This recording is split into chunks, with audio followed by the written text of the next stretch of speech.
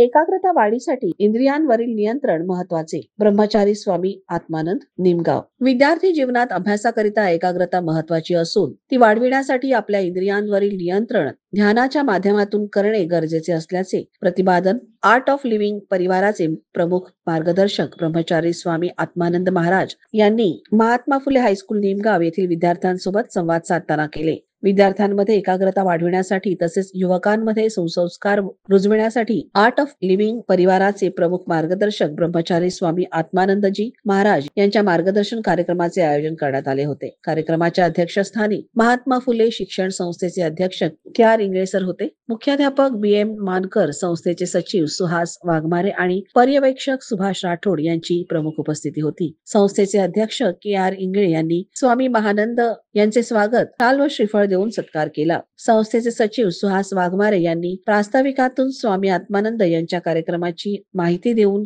आधुनिक काळात ध्यान व योगाच्या माध्यमातून नवीन पिढीला सक्षम करण्याबाबत मार्गदर्शन केले. आर्ट ऑफ लिव्हिंग परिवाराचे स्वामी आत्मानंद यांनी विद्यार्थ्यांना मोबाईलमुळे होणाऱ्या मानसिक परिणामाचे धोके सांगून मोबाईलपेक्षा पुस्तक वाचन व अध्ययन करण्याचे मौल्यवान मार्गदर्शन केले. तरुण पिढीने संस्कारक्षम बनवून आपल्या शैक्षणिक प्रगतीसोबत आपला सर्वांगीण व्यक्तिमत्व विकासाचा ध्यास घेतला पाहिजे असे सांगितले. अभ्यासाकरिता एकाग्रता कशी वाढवावी याकरिता करावे लागणारे ध्यान याबाबत प्रात्यक्षिकासह मार्गदर्शन केले. कार्यक्रमाचे आभार प्रदर्शन पर्यवेक्षक सुभाष राठोड यांनी केले. हॅशटॅग मोबाईलच्या वापरामुळे विद्यार्थ्यांमध्ये टेन्शन डिफिशियन्सी सिंड्रोम मानसिक आजार होतो. निमगाव मोबाईलच्या वापरामुळे तरुणांमध्ये अटेन्शन डिफिशियन्सी सिंड्रोम मानसिक आजार दिसून येत असून त्यामुळे एकाग्रता व अभ्यासवृत्ती विद्यार्थ्यांमध्ये कमी झाल्याचे दिसून येत आहे. यामध्ये आई वडील मुलांना ज्या चांगल्या गोष्टी शिकवतात त्याकडे मुले लक्ष देत नाहीत. त्यामुळे प्रत्येक विद्यार्थ्याने मोबाईलपेक्षा पुस्तकाशी नाते जोडून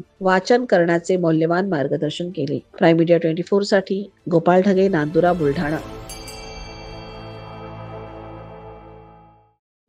मी तुम्हाला बोलतोय आणि तुमचं लक्ष कुठे दुसरीकडेच आहे. तुम्ही बघतायत पण तुम्ही बघत पण नाहीये. तुम्ही वाचतायत पण तुमचं तिकडे लक्ष, आणि ते जास्त वाढत जातं. त्याला म्हणतात अटेन्शन डिफिशियन्सी सिंड्रोम. मम्मीनी सांगितलं की घरी आल्यानंतर दप्तर फेकून द्यायचं नाही, व्यवस्थित ठेवायचं. आणि आपण गेल्यानंतर काय करतो? अरे काय असं असतं का? नसले पाहिजे ना. मग काय करायचं? स्वच्छ राहायचं, आपले पुस्तक व्यवस्थित ठेवायचे, घरी गेल्यानंतर दप्तर फेकून नाही द्यायचं, नेल्स ठीक ठेवायचे, आपले हायजीन ठेवायचं, जास्त टीव्ही बघायचा नाही, अभ्यास जास्त करायचा. हो हो म्हणा. ओके, ठीक आहे. जय गुरुदेव. थँक्यू. सबका जीवन भी बन जाए मधुबन, अपनी करुणा का जल तू बहा के, कर दे पावन हर एक मन का कोना. हम चले नेक रस्ते पे हमसे भूल कर भी कोई भूल न होना. अंधेरे तू हमें ज्ञान की रोशनी दे, हर बुराई से बच के रहे हम, जितनी भी दे भली जिंदगी दे, बैर होना किसी का किसी से, भावना मन में बदले की होना. हम चले नेक रस्ते पे हमसे भूल कर भी कोई भूल न होना.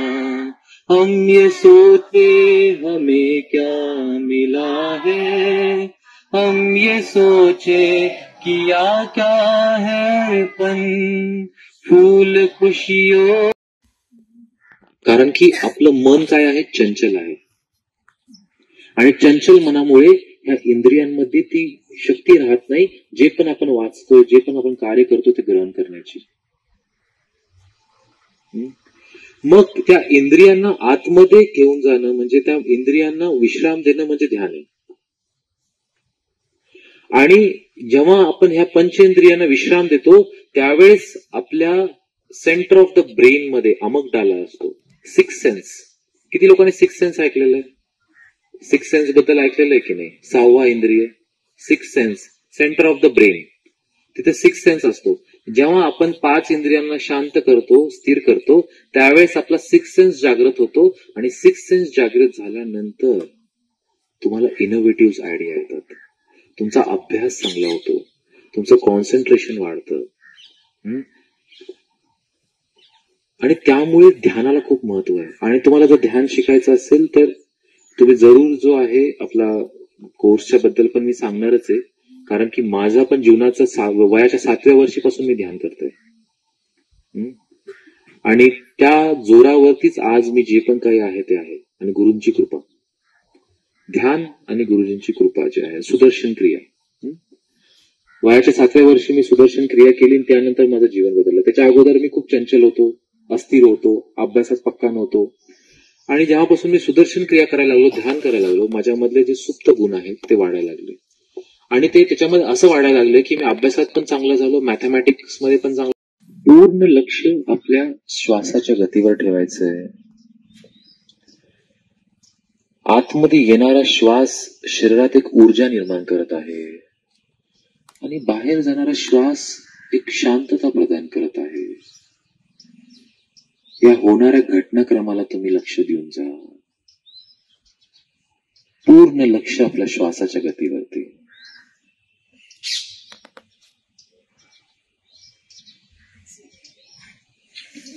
परत एक श्वास आत. श्वास घेताच पूर्ण जो श्वास आहे तो छातीमध्ये आणि पूर्ण शरीरात पसरत आहे. आणि श्वास सोडा.